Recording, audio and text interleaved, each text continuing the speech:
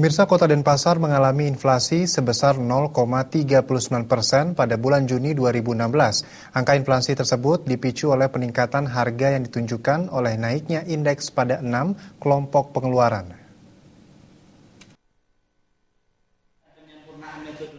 Berdasarkan hasil pemantauan harga pada bulan Juni 2016, di Kota Denpasar terjadi inflasi sebesar 0,39% dengan indeks harga konsumen IHK sebesar 120,68.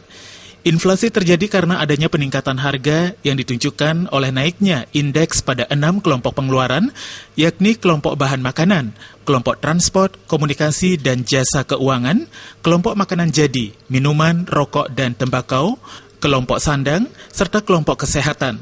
Sedangkan kelompok pendidikan, rekreasi dan olahraga justru mengalami deflasi sebesar 0,06%.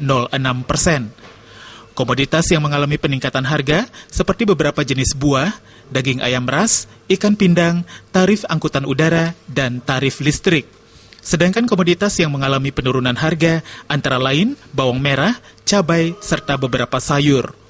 Bahwa Kota Denpasar mengalami inflasi 0,39%. Sementara Singaraja tercatat mengalami inflasi 0,13%. Kelompok bahan makanan dengan inflasi tertinggi pada kelompok itu sebesar 1,02%. Kemudian tercatat ada yang terendah, bahkan deflasi untuk pendidikan, rekreasi dan olahraga dengan deflasi sekitar 0,06%.